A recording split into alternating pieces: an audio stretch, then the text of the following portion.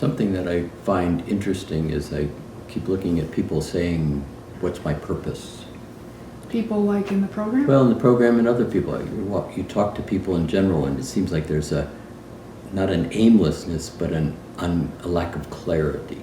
Like, what am I doing here? Yeah. Sometimes when you get really right down to the question of, what are you doing here? They say, I don't know. I don't know. Well, I'm watching a similar thing with the people in the programs, but I don't think it's unique to them. I think it's more of an age group delineation. It's like the baby boomers came to do a job, and maybe their job is complete, and they're handing it down to the next group, and they're taking that project and they're doing the next step with it. And then they're handing it to the next group, the Millennials, and they have a purpose with this project. Does that make any sense? Oh yeah, that's really very clear. I mean, you think back historically, and you look at people in the 1850s and the 1900s, and all of this is, every generation has a whole different thing. But one of the interesting things about this grouping, go back to about the end of the World War II, and you had this huge baby boom at that particular time. And that grouping has been creating changes ever since. You know, they came in anti-war, anti-environmental damage, all of those kind of things. And then that moved on. But one of the things that I find in a lot of the people in the program, there seems to be this question of, okay, I've held the image, I've been here, the dream, I've been here, and I don't feel like I've contributed. You know, I just feel like I've existed, waiting for. So what I watch in this process is there really are 3 or 4 different iterations of this. So in a way, the baby boomer group, that group from about 54 to 70 years old right now, they came to hold the dream. And what's the dream? The dream of a better world? Well, let's say this 5th dimensional reality that we talked about last week is this place of well-being and beauty and respect and dignity. And a lot of them are unclear about their contribution. But in fact, it's holding the dream. Well, they probably don't see the result of their dream. They look around and their dream is not manifest according to them. Well, and even worse, you look right now and the potential of the dream appears to be very threatened. Yeah.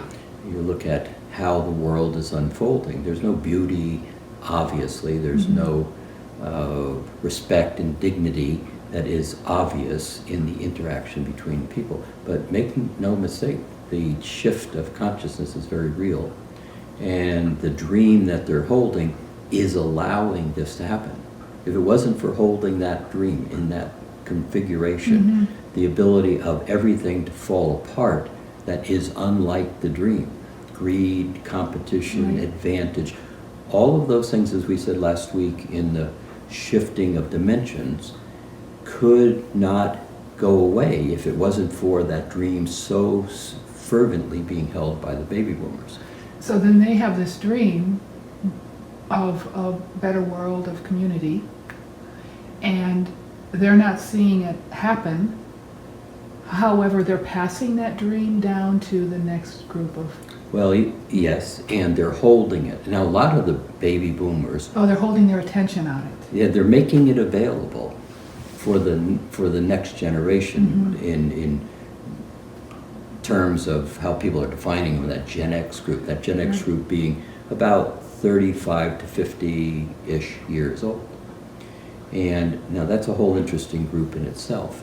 So the baby boomers hold the dream. Many of them are engaged in manifesting the dream also. But the baby boomers, or the Gen X group, is really interesting because they're the ones that begin to put in place the dream. Now they put it in place, they're beginning to manifest it. What's very interesting about right now is that group has been significantly hurt. I talk mostly about the United States, but I think it's accurate around the world. So that group that's between 34, let's say, and 50, that's a smaller group than the baby boomers. In the United States, there are about 78 million baby boomers. There's about 69 million Gen X's. But what happened to the Gen X's is, in a way, they've been stalled. And what I mean by that is, in 2001, when that age group began to step into economic stability and be able to move the economy and move a direction into a different direction, first thing that happened to them in 2001 in the dot-com, Right. they were killed and they lost their 401s, they lost a lot of their investment power. At the same time, they then went in and they all had houses, or they were at the age where people were buying more houses, stepping up. And then 2008 comes, and that whole housing crisis wipes that group out So significantly. they've been pretty beat up. So they've been extremely beat up, and you're seeing them. They're the ones who are angry, saying, "I'm not getting mine," All right. and that's very real. They're not getting theirs. Theirs has been somewhat taken away from them, but nonetheless, they're the ones that have the capacity to begin to say, "I want change in a much more dynamic way," and they are. Then behind that is the millennial group. And that millennial group, let's say from 18 to 34, that period of time right now, that millennial group is the one that is going to begin to put in place the dream. But all of a sudden, the dream and the millennials have a little bit of disconnect. It's people are saying, well, wait, they're not engaged, they don't care, they're not standing up, they're more interested in their Facebook and sitting on, they're not communicating. However, the dream is about well-being, but not well-being on the baby boomers standard, or not well-being on the Gen X standard. So you're looking at something happening that seems to be a disconnect. It is not a disconnect. Right, because what I'm noticing, the millennials that I know, just a handful, they stick to their desires. And their values. Yeah, their values. And it's like, for me, I was raised, you go out, you get a job, you stick with it for 20 years, and that's what you do. These guys, they're not going to sacrifice their belief for their job. No, and they're not necessarily being driven by the structure of the agreement. Yeah. The agreement is, you go, it's what you just said, you Right. go to work, you do this, you retire, and your American dream all over the world. That's not what's happening. Then you take, and they're now stepping into places where they're about to begin to create new realities. And they are, many of them. They're Yay. creating tremendous tech companies in different configurations. They're very aggressive positively at how they create what they want. And so that's the new generation. For the baby boomers like us, if you go back into the 60s, we were very adamant about well-being and equal rights Right. and those kind of things. The dream. Yeah. Then you take it one cut below the millennials, which there's actually 2 or 3 layers here. But if you go down to the kids that were born after 2012, completely different, Yeah. completely wired different. They will be that 5th dimensional dream manifest. And then their children will take it to the next levels. And it's going to be a place where the world is much, much different. I mean, dramatically different.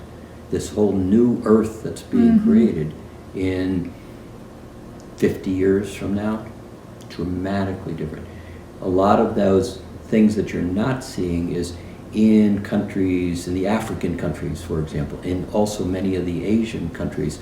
You're seeing that millennial and baby, young kids coming about. They're wired into this too. They just don't show up on the radar Yeah. in the ways of making changes, Yeah. but they will. Yeah, And very so good. you're watching something really dynamic unfolding, but we're right in the transition Right. of it. So the issue is it transition that you push against, or is it transformation that you direct by holding the dream and begin to manifesting it into that next grouping of people and believing it's possible? That's what you're watching. Very exciting. Very